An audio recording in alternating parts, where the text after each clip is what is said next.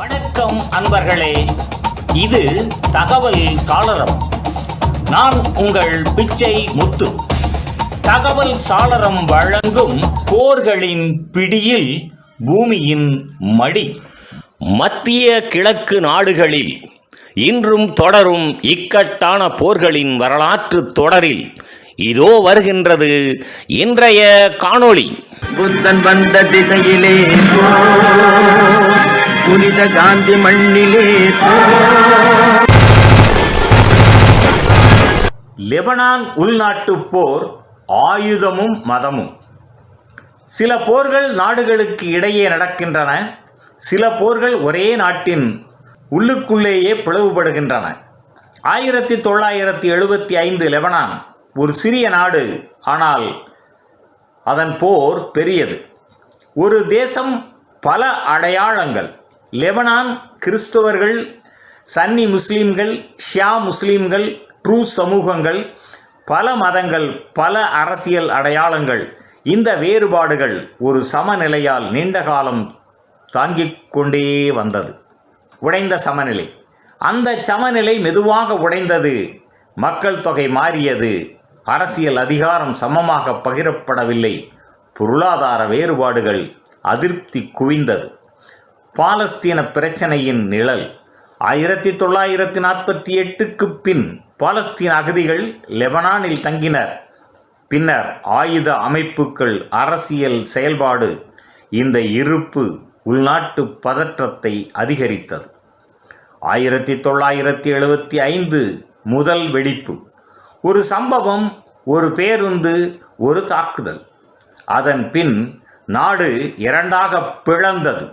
ஆயுத குழுக்கள், தெருவில் போர்கள், கட்டுப்பாடு பகுதிகளாக மாறின. மதம், அடையாளம், ஆயுதம். இந்த போரில் மதம் அடையாளமாக மாறியது. அரசியல் மதத்தை பயன்படுத்தியது. ஆயுதம் குரலானது. யார் யாருக்கு எதிரி என்பது மாறிக்கொண்டே இருந்தது. வெளிநாட்டு தலையீடு. லெபனான் உள்ளூர் போர் மட்டும் அல்ல. சிரியா, இஸ்ரேல், பாலஸ்தீன குழுக்கள் ஒவ்வொருவருக்கும் தங்களுக்கான நோக்கம். இந்த தலையீடு போரை நீட்டித்து கொண்டே இருந்தது. பைரூத், அழிந்த நகரம். ஒரு காலத்தில் மத்திய கிழக்கின் பாரிஸ் பைரூத். கலாச்சாரம், வணிகம், கல்வி. ஆனால் போரில் இடிந்தது கட்டிடங்கள், கனவுகள், வாழ்க்கைகள். மக்கள் நடுவில் சிக்கியவர்கள். இந்த போரில் வெற்றியாளர்கள் இல்லை, முழுமையான தோல்வியாளர்கள் இல்லை. ஆனால் மக்கள் எல்லோரும் பாதிக்கப்பட்டனர். இடம்பெயர்வு, பயம், இழப்பு.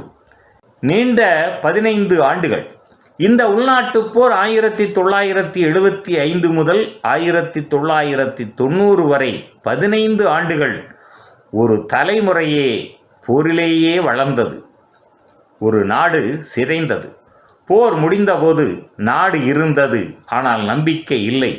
லெபனான் மீண்டும் கட்டப்பட்டது, ஆனால் பிளவுகள் முழுமையாக மறக்கப்படவில்லை. வரலாற்றின் பாடம். லெபனான் போர் ஒரு எச்சரிக்கை.